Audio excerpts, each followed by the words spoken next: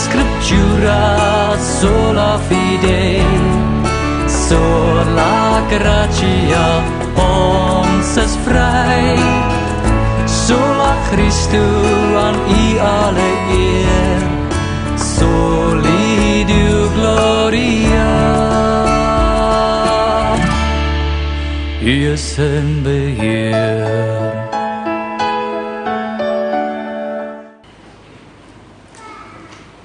Die themalied van ons preekreeks wat oor 5 weke loop, vandag die derde een. En ek wil graag vir ons die skriflesing doen uit 3 gedeeltes vandag, Filippense 1, Filippense 2, en dan 'n kort gedeelte uit Esegiel, daarvan hoofstuk 18. Kom ons lees Filippense 1 vers 27, ons lees dit in die ou Afrikaanse vertaling. Alleenlik gedra julle waardig die evangelie van Christus, sodat of ek kom en julle sien dan wel of ek aanwesig is, ek vir julle omstandighede kan hoor dat julle in een gees vasstaan en een van siel saamstry vir die geloof van die evangelie. Filippense 2 vers 1 tot 18 lees ons 83 vertaling. Aangesien julle die troos in Christus Jesus ondervind het, die aansporing deur die liefde, die gemeenskap deur die Gees, die enige meegevoel en meelewing, maak dan nou my blydskap volkome, deur eensgesind te wees. Een in liefde, een van hart, een in strewe. Moet niks uit selfsug of eersug doen nie, maar in nederigheid moet die een die ander hoër ag as onsself. Julle moet nie net elkeen aan sy eie belange dink nie, maar ook aan die van ander. Dieselfde gesindheid moet in julle wees wat daar ook in Christus Jesus was. Hy wat in die gestalte van God was, het sy bestaan op God gelyke wyse nie beskou as iets waaraan hy moes vasklem nie, maar hy het homself verneder deur die gestalte van 'n slaaf aan te neem en aan mense gelyk te word. En toe as mens verskyn het, het hy homself verder verneder. Hy was gehoorsaam tot in die dood, ja, die dood aan die kruis. Daarom het God hom ook tot die hoogste eer verhef en hom die naam gegee wat bo elke naam is, sodat in die naam van Jezus, elkeen wat in die hemel en op die aarde en onder die aarde is, die knie sou buig en elke tong sou erken. Jezus Christus is Here, tot eer van God die Vader. My geliefdes, julle was altyd gehoorsaam wanneer ek by julle was. Des te meer moet julle gehoorsaam wees nou dat ek nie daar is nie. Julle moet julle met eerbied en ontzag daarop toelê om as verloste mense te lewe, want dit is God wat julle gewillig en bekwaam maak om sy wil uit te voer. Doen alles sonder kla of teerpraat.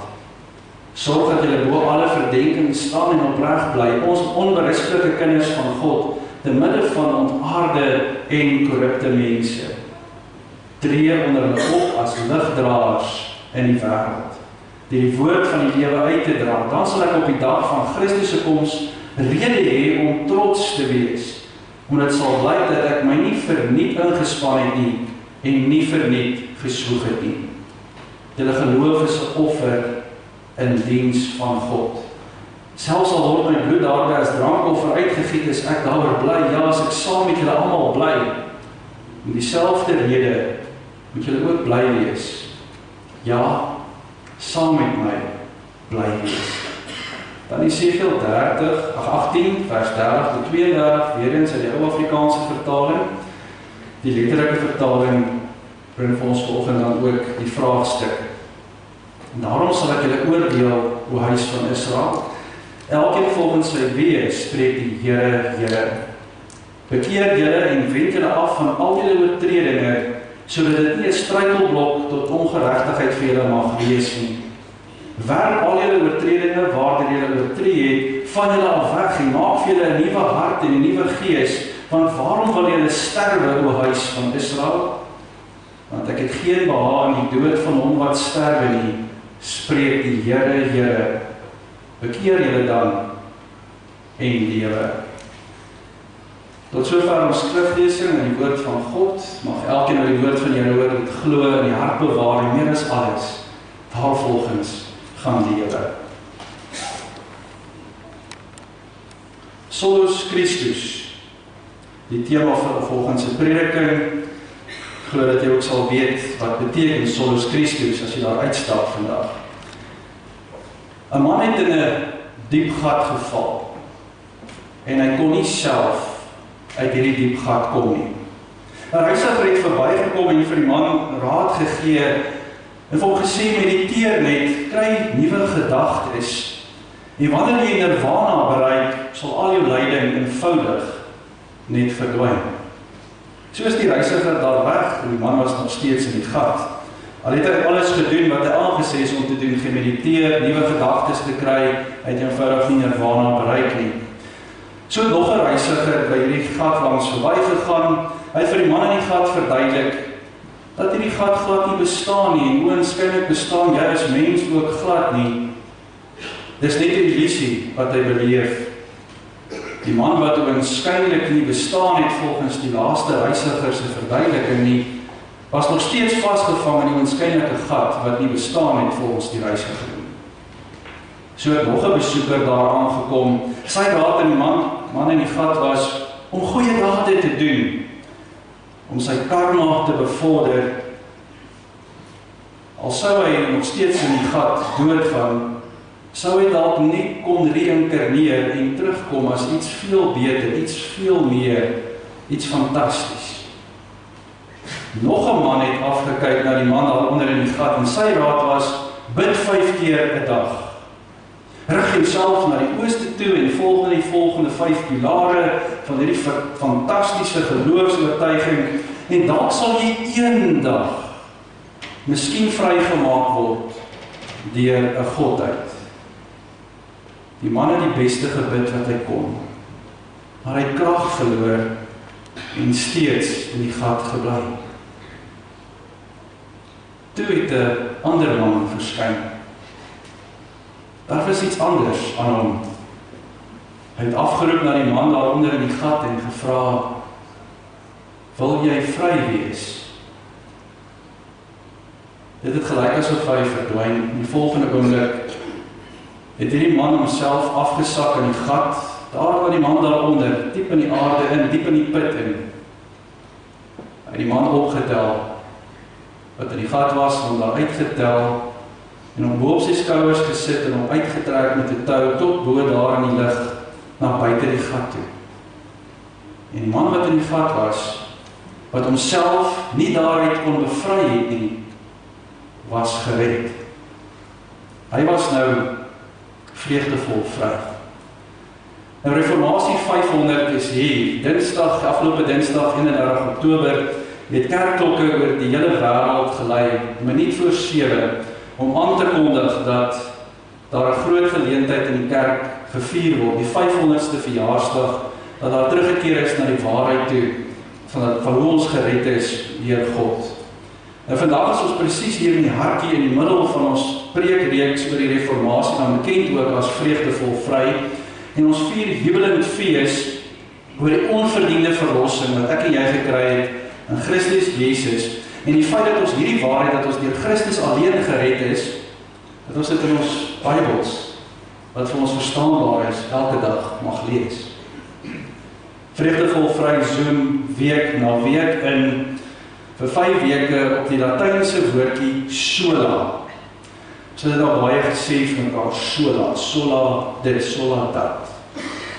So baie van ons het begin om in tale te sing en te praat. Dis die meeste tale wat ek nog hoor praat, gespreek het in hierdie gemeente, is hierdie klomp Latynse woorde, en julle sing dit so mooi.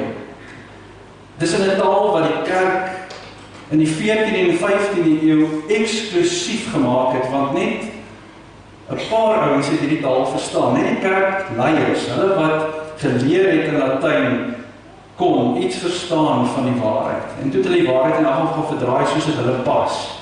Dis in 'n taal wat eenvoudig die Bybel 'n toeboek gemaak het, 'n ontoeganklike boek. Jy het 'n Bybel gehad, maar dit is so goed hy's geskryf in Chinees wat jy nie magtig is nie. As ek jou 'n Latynse Bybel gee, gaan jy nogal redelik moeite mee doen om daardie Bybel te verstaan. Sola is die woordjie wat eenvoudig met slegs, alleen of net vertaal kan word. So jy hoef nou nie baie slim te wees om te weet dat ons eintlik hierdie woord sola gebruik elke dag wanneer ons kore afrig en wanneer ons in die kerk sing nie. Ons gebruik die woord solo. Wanneer iemand alleen sing, slegs een, net een, dan sing jy 'n solo. So slegs sola, die vertaling van hierdie woord. Nou wanneer ons praat van die sola in die lig van die Reformasie of die kerkhervorming, was daar aanvanklik 3 oorspronklike solas wat geleer is. Sola gratia, sola fidei, sola scriptura. Slegs genade, slegs geloof, slegs die woord, die skrif van God, is ons gered. Nou ons het reeds die afgelope 2 weke na die sola gratia en sola fidei gekyk, en op hierdie 2 word nog 2 ander bygevoeg, naamlik soli deo gloria, aan God alleen die eer, en solus Christus, alleen deur Christus, slegs Christus. En elkeen van hierdie 5 solas is 'n opsomming van die teologie van die Reformasie. En wat jy vind is snaaks genoeg dat terwyl sola alleen of slegs beteken, staan nie een van hierdie 5 solas alleen nie. Want hulle is onlosmaaklik onderling met mekaar verbind. Dis amper sê verweef soos 'n koeksuster. Die een kan nie sonder die ander nie. Want in elkeen van die 5 boodskappe wat ons gee, praat ons elke keer oor genade, elke keer oor geloof, elke keer oor Christus, wat ons in die woord van God kry, en is elke keer aan God al die eer. Omdat alle eer alleen aan God behoort, deur ons te red deur genade alleen, deur geloof alleen, soos God dit ons bekend maak in sy woord, dat alles wys vir ons na, deur Christus alleen is ons gered.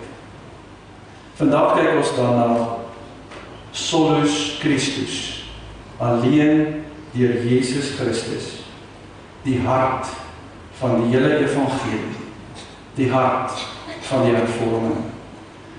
Verlossing van ons sondes is in en deur Jesus Christus. Ons almal stem saam daarin, ons weet dit.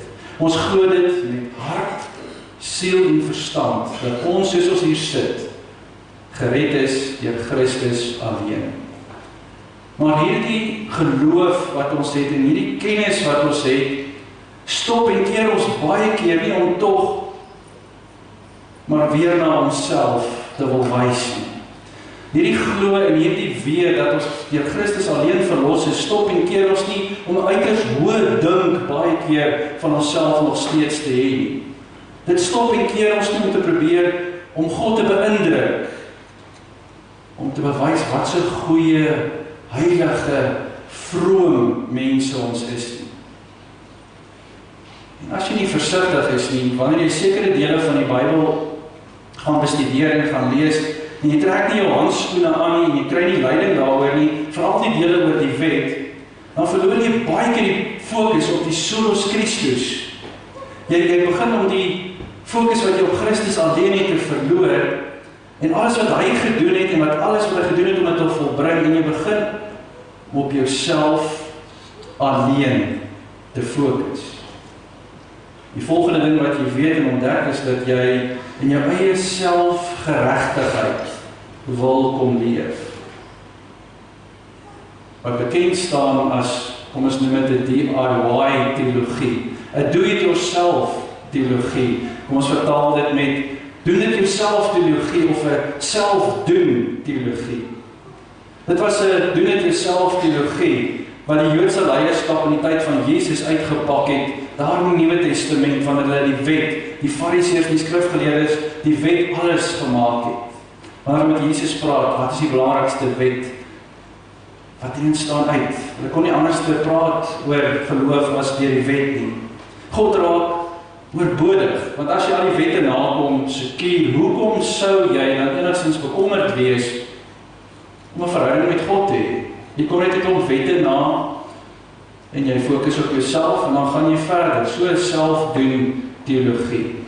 Dit was 'n doen dit jouself teologie wat die kerk in Martin Luther se dag en tyd laat opstaan het om terug te keer na die waarheid toe, Ons moet praat hieroor, want ons is nie deur al die goed wat julle sê wat gered nie. Ons is nie deur gered dat ons sondes kan afkoop met 'n aflaatstelsel nie. Ons kan nie bid deur alles wat heilig is nie.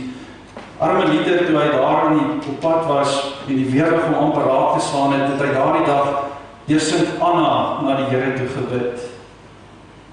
Genadiglik het die Here hom bekeer en kon hy terugkeer aan die waarheid dat dit nie gaan oor dit doen dit jouself teologie nie. Maar doen dit jouself teologie is niks niets in ons dag en tyd nie. Mens wil amper vra, waarom is daar nie iets soos 'n selfdoen teologie? Dit is tog hoe ons alles en almal vandag in hierdie lewe werk. Ons lewe in 'n selfdoen kultuur. Van selfhelpboeke vir dummies tot tydskrifte oor elke moontlike onderwerp onder die son. Daar's TV-programme. Jy kan nou self kos maak in die fynste detail saam met elke. Jy kan tot leer hoe om 'n tafel te dek. Die fynste klein detail goedjies. As jy 'n probleem het, dan is daar ergens iets wat vir jou leer om dit self te doen. En as dit alles verby is en jy nergens al antwoord gekry nie, dan gaan Google loer jy. Jy Google loer op Google. En dan kry jy jou antwoord om dit self te doen. Jy tik eenvoudig net in die soekfunksie op jou rekenaar. Ek hoor Timonai maak deesdae so, sy sê vra vir die slimfoon, hoe moet ek dit doen? En in millisekondes sê die foon hoe mense dit moet doen en gee vir jou 'n klomp video's op YouTube hoe mense dit kan doen. En foto vir foto word daar vir jou gewys hoe maak jy 'n ding reg, hoe kan jy hierdie ding aan mekaar sit, hoe vervaardig jy dit? En so kan jy baie maklik iets self doen. Ek is baie seker vanoggend. Ek is nie die enigste in hierdie kerk wat 'n projek om die huishoudt moes aanpak of 'n skoolprojek moes aanpak waarin ek gedink het. Ek is oortuig. Ek kan dit self doen. Baie van ons, nadat so 'n bietjie navorsing gedoen het, is oortuig dat jy dit self kan doen. Ek kyk na 'n paar videoetjies hoe om dit te doen en oor minute is ek professioneel. Net om baie kere te ontdek, ek het my vingers gebrand. Ek het die saak vererger. Ek is nou, tot my skande, het ek droog gemaak en aangejaag en nou moet ek in elk geval 'n ware professioneel ou inroep wat meer praktiese ervaring het as 15 minute op YouTube. Want nou moet hy my gemors kom regmaak. Een van daardie gemorse was eendag toe ek self probeer het om 'n cartridge te vul vir die printer. Toe daardie dierinks oor my hande uitloop. Toe ek myself gesê, nooit weer gaan ek self probeer om 'n cartridge te vul nie. Los dit vir hulle wat dit elke dag doen. Dis nadat ek navorsing gedoen het op YouTube. Wie van ons het dit nie al gedoen nie? Self doen, DIY. Nou soms, net soms, partykeer werk dit, maar nie altyd nie. En dit is baie keer so, jou projek is nie naaste by so asemrowend soos hierdie fotootjie op Pinterest nie. Of is glad nie so eenvoudig soos wat die video op YouTube het gemaak het nie. Maar ten spyte van alles probeer ons om alles self te doen. Want weet julle, ons trots is baie keer op die spel. Soos bang, wat gaan mense sê as hulle hoor Jimmy kan nie dit doen nie? Wat gaan mense sê as hulle hoor ek kan nie dat doen nie? Ons is oortuig dat met al die gewone en gemiddelde mensies wat op hulle webtuistes en TV-programme en YouTube video's vir ons goed leer, dat ons dit selfs beter kan doen. En as ons dit nie beter kan doen, is ons trots op die spel. Want ek wil nie erken, ruiterlik vir almal, dat ek nie my eie kar se olie kan aftap nie. Ek wil nie vir almal as vrou getuig, ek kan nie 'n knoop aanwerk nie. Ek wil nie vir mense sê, ek kan nie 'n lekker kraam regmaak nie. Ek kan nie sê, ek kan nie my dogter se Franse, Hongaarse of Nederlandse vlegsel vleg nie. Of wat 'n eenvoudige kunstige of herstelprojek daar in gedagte is. Dit is eenvoudig nie lekker om te erken. Ek kan nie. Ek kan dit nie doen nie. Ek is magteloos, ek is hulpeloos, en meer as alles, ek is afhanklik van iemand anders om dit te doen. En so is trots 'n lelike ding, wanneer ons nie iets self kan doen nie, is ons trots dadelik op die spel. Ek wil tog so graag my trots afshow. Ek wil so graag van my ouers, my vriende wys, wat ek vermag het en wat ek reg gekry het, soveel so baie keer in die wêreld uitbesyn. Ek kan net vir my pa sê, kyk pa, goed, het ek hierdie ding reg gekry, dan gaan sit ek dit so op Facebook en op Instagram, om vir die hele wêreld te wys. Ek het dit reg gekry. Ek hoor al hoe meer rondom my ook, dat ons wêreld het te duur geword. Ons moet dinge self doen. Meer karre word self gediens. Want agente, besighede en professionele ouens het net eenvoudig te duur geword. Voor ek 'n arm en 'n been daarvoor gaan betaal, gaan ek liewer te probeer om self my kar se brieke te vervang. Glo my, is my nie kry dit doen.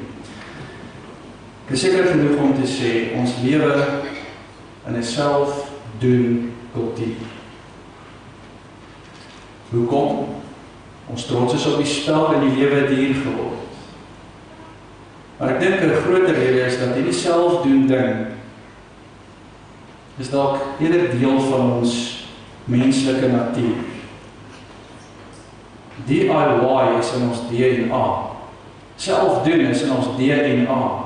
So waarom nie 'n selfdoen teologie ook hê as alles en nog wat in ons lewe self gedoen word nie?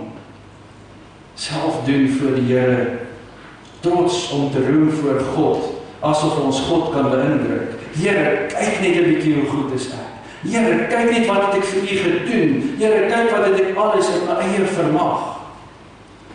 En dan kom die gedeeltes wat ons saam gelees het, en vir 'n oomblik wil dit vir ons ook na die selfdoen wys.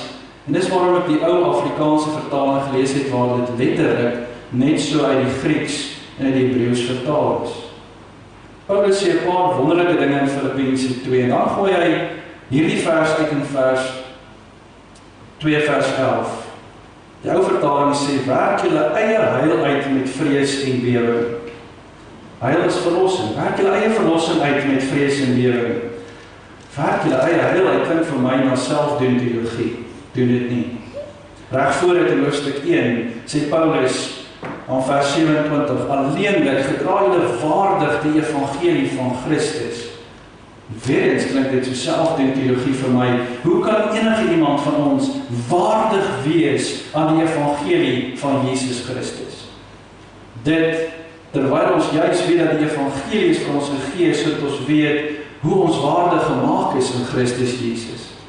In Jesaja 18:31 lees ons, werp al julle oortredinge waardeur julle oortree het van julle af weg, en maak vir julle 'n nuwe hart en 'n nuwe gees.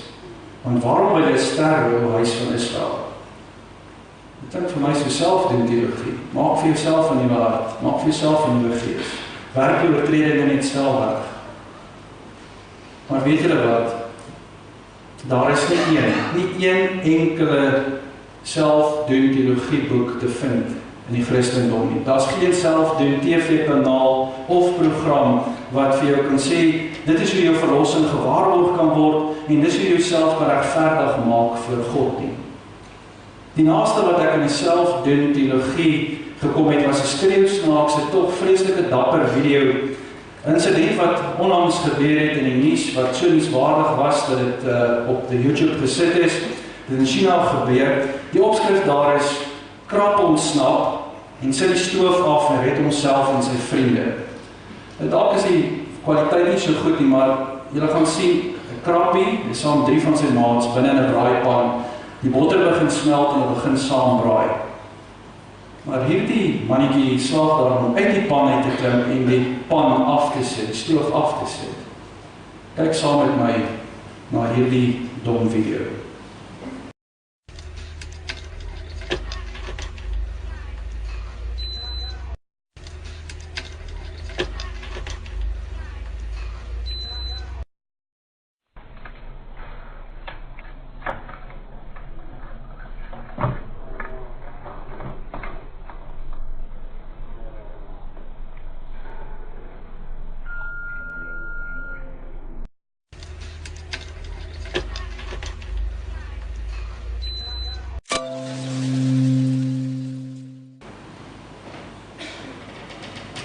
Die rede waarom daardie krappie dit op die nuus gemaak het, was omdat hy reg gekry het om die onmoontlike reg te kry.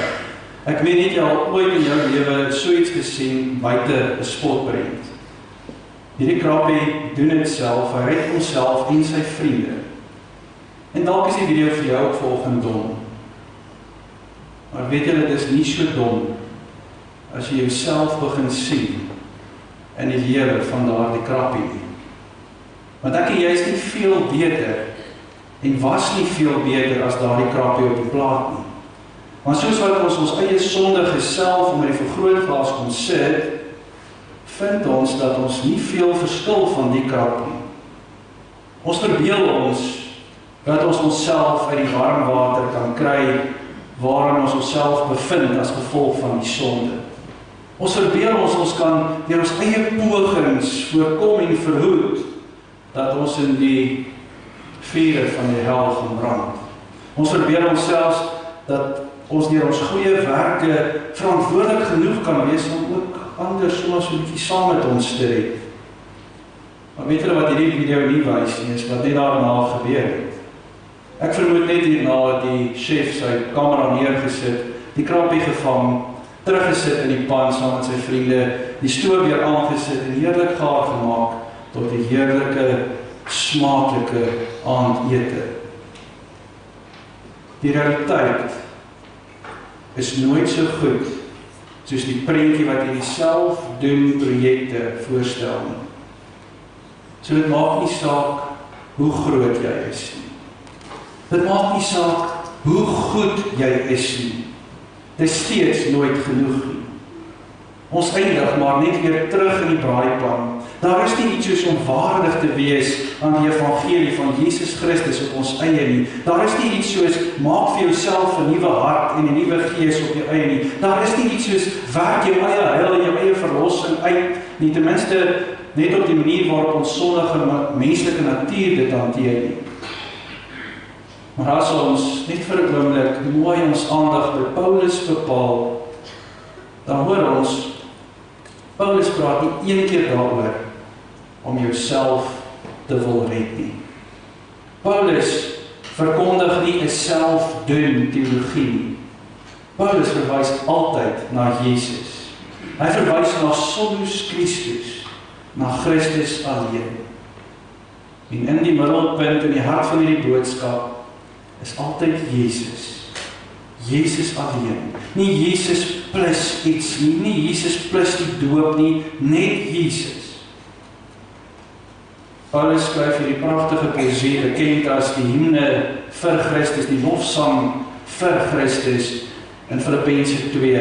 En hy wys na Jesus wat in die gestalte van God was, wat bestaan het op 'n godgelyke wyse en dit nie beskou het as iets waaraan hy moes vasklem nie, maar het homself verneder in die gestalte van 'n slaaf aan te neem en aan mense gelyk te word.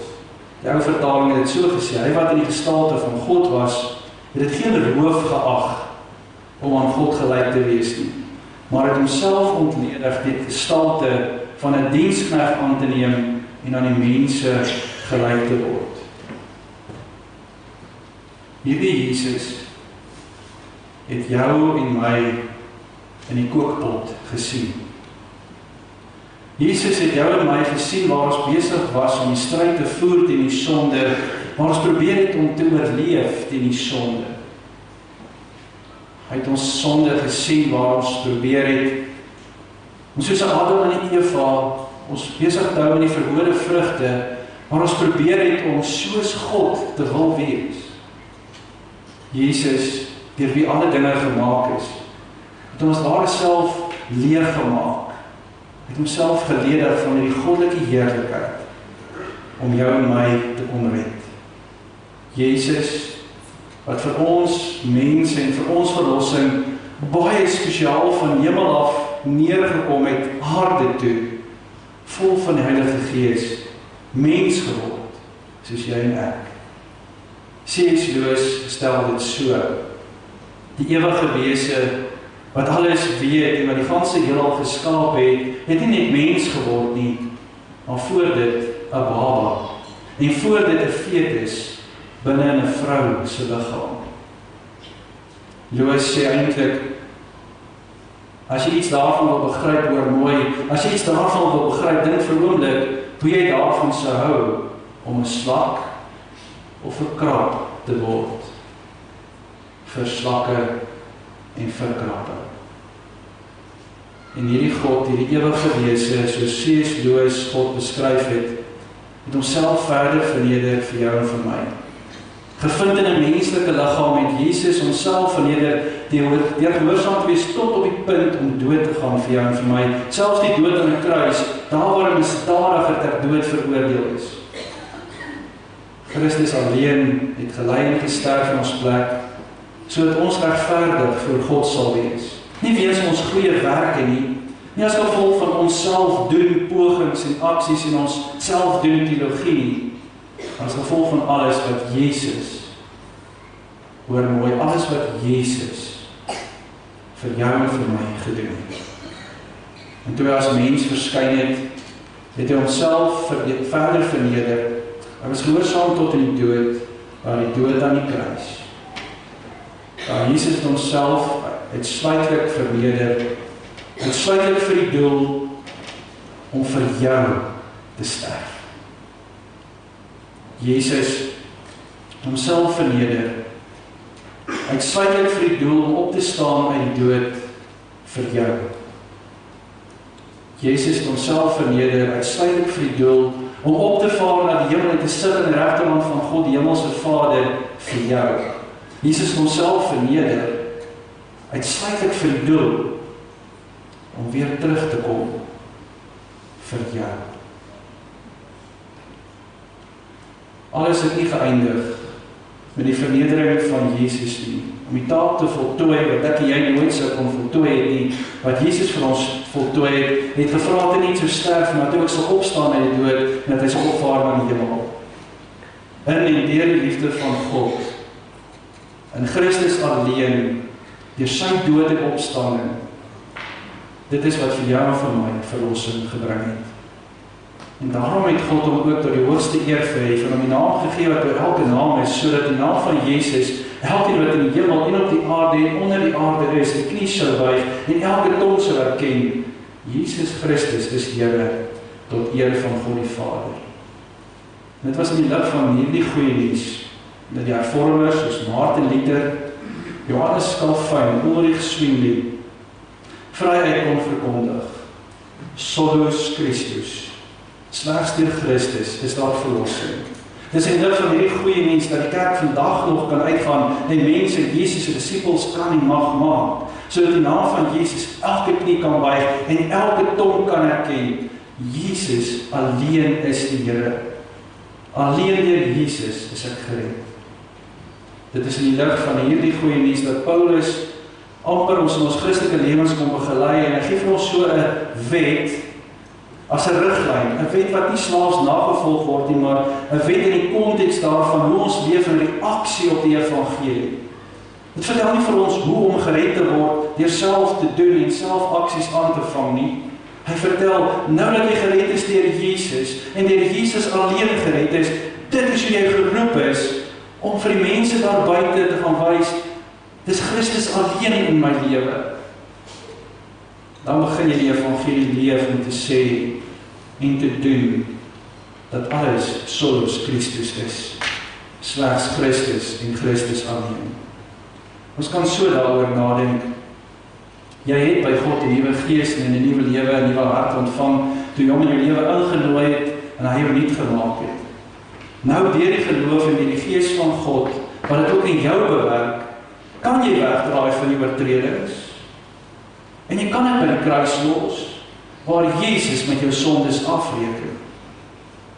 Met 'n nuwe lewe kan jy die manier waarop jy lewe laat waardig wees aan die evangelie van Jesus Christus, want Christus lewe nou in jou. En hy het jou kom waardig maak om die evangelie te leef.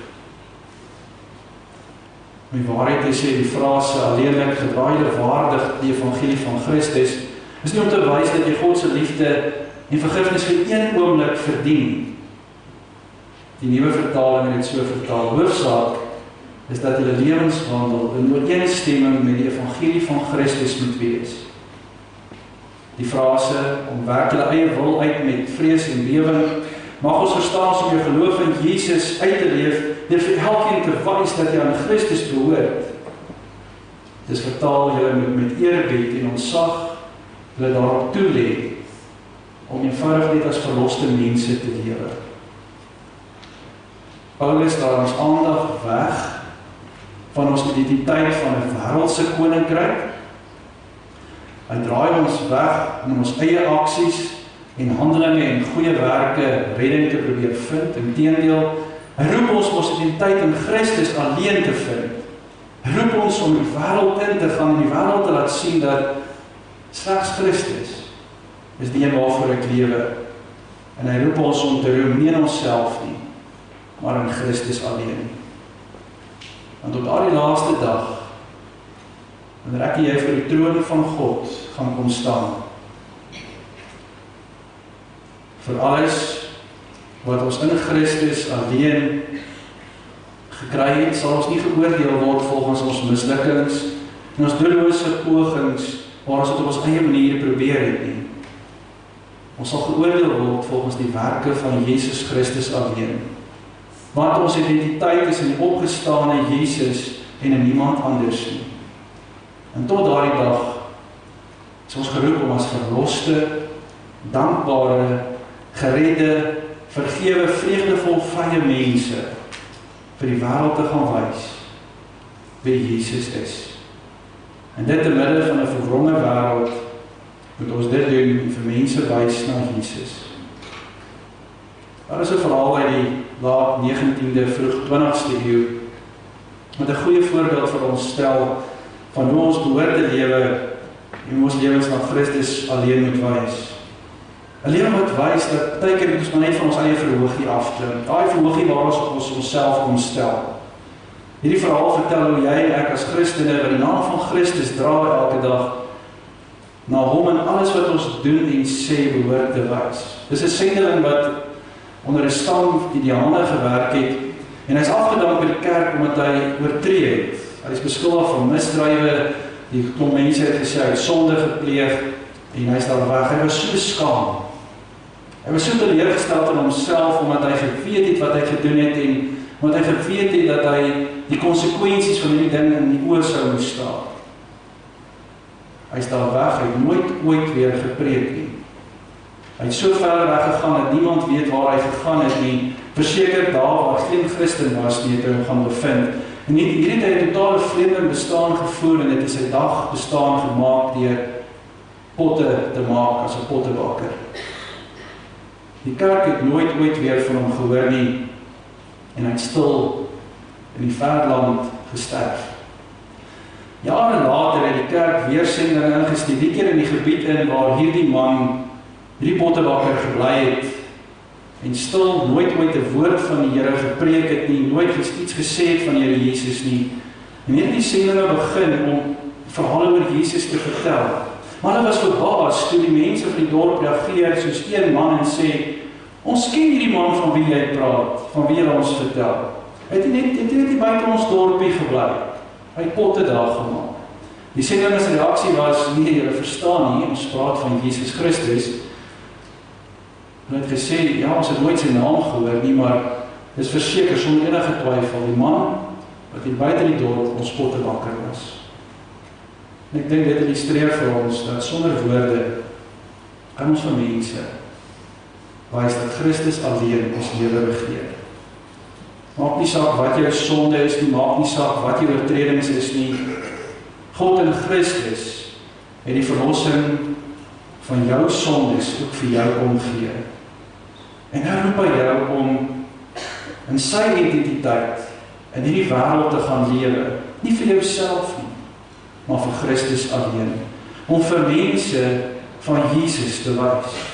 En ons gaan faal, telkens, maar ja, telkens gaan die genade op genade in ons lewens inreën en gaan die Here ons terugstuur om dit weer te doen. So sluit Paulus af, hy sê, my geliefdes, julle is altyd gehoorsaam. Julle met eerbied en ontzag daarop toelê, om as verloste mense te lewe, want dit is God wat julle gewillig en bekwaam maak om sy wil uit te voer. En so gaan ons met die oortuiging dat Christus alleen ons kan red. Ons gaan uit met die oortuiging dat ons geleidig geïnspireer word deur die Gees van God, deur nederig te wees oor mekaar en ons naaste. Ons gaan uit as die ligte van 'n donker wêreld. Ons gaan uit as 'n nederige krappie wat bevry is van 'n helse einde.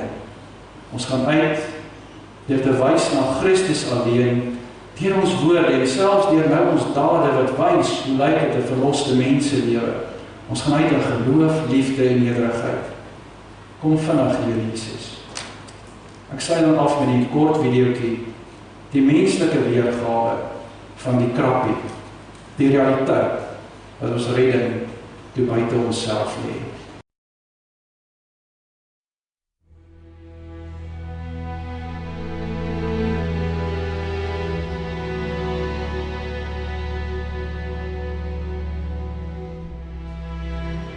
A man fell in a hole.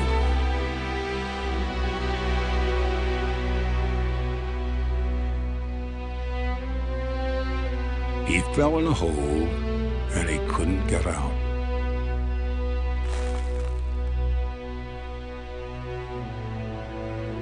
A traveler passed by.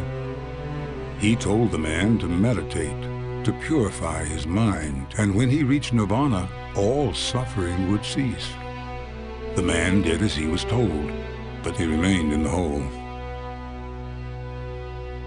Another man appeared.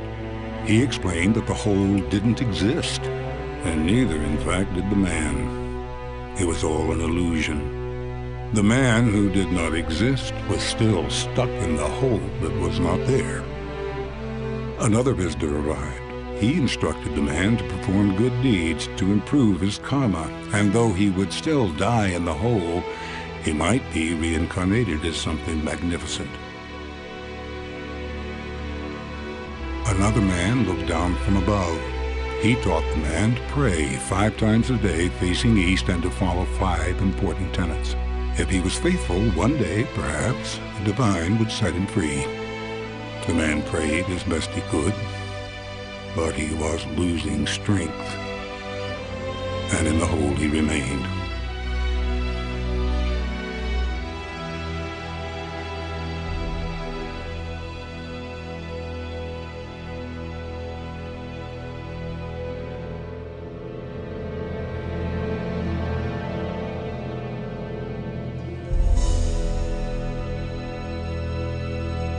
Another man appeared. There was something different about him. He called down to the man in the hole and asked him if he wanted to be free.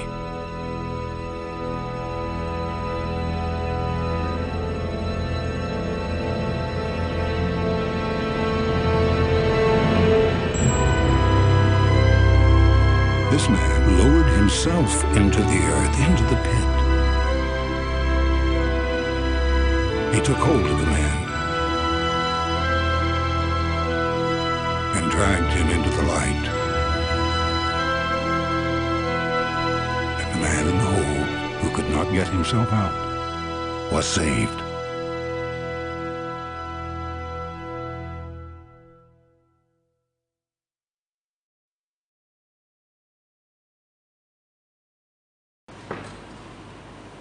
Hemel Vader, baie dankie vir die voorreg dat ons vandag die waarheid mag ken en weet dat ons gered is deur genade, deur geloof, deur Jesus Christus alleen. Hemel Vader, ons beskou baie keer as vanselfsprekend, omdat ons dit as kindertjies al in ons lewens aanvaar het, nie dalk ergens in ons ouerhuis ingenooi het, soos 'n Katrien, 'n Ethan en Joalies dalk die geleentheid gaan hê om in hulle ouerhuis Here ook te aanvaar as hulle verlosser. En ook so met geloofsekerheid Here sou kan getuig. Ek is deur Christus alleen gered. Ja Here, mag ons hierdie waarheid wat so deel is van ons lewe elke dag net te gaan uitleef. Wanneer ons onsself laat minder word en nie self meer laat word. Wanneer ons Here aan U al die eer gee vir alles wat ons doen. Ons weet ons val telkens, maar dankie vir genade wat ons optel telkens, keer op keer, elke dag. En dankie dat ons hierdie verlossing vreugdevol vry kan gaan deel met alles en almal wat ons lewenspad kruis. Selfs as daardie pottebakker sendeling wat sonder woorde Here getuig het, dat hulle Jesus in hom kon sien. Dankie Here Jesus dat U ons elkeen wil gebruik. Stuur ons uit na die erediens van die lewe vandag, sodat ons ook daar kan getuig dat ons gered is, dat U in ons situasie kom inklim het en ons kom red het. Daarvoor loof en prys ons U, Here, ons lewe lang, vir ewig. Ons bid hierdie dinge met die wete dat ons elkeen toevou in die Vaderliefde en dat U ons elkeen se behoeftes ken. Staan U ons by waar ons ook al is die week, waar ons eksamen moet gaan skryf, waar ons dalk teen siekte stry, waar ons dalk Here verhoudingskrisisse moet deurstaan, of Here dalk net besig is om te soek na die sin van die lewe in 'n groot depressie. Ontmoet my daar, Here, en help my, red my, bevry my, want U kan. Ons bid dit alles in die naam van Jesus, ons Verlosser. Amen. Ons slotsang is 'n lied wat vir ons baie bekend is. Die melodie van Vasteburg is ons God, 'n lied wat gekomponeer is deur Martin Luther. Dis met woorde deur Johannes van der Merwe van die Oos gemeente versorg, om dan ook vir ons die volgende waarhede oor die Reformasie te deel. Dit is saamgevat in vonk 341. Die tweede strofe gaan deur die dames gesing word, die derde deur die mans en die vierde deur almal. En ons vra dat Kobus dan solo sing saam met die dames vonk 341 strofe 2. Amen.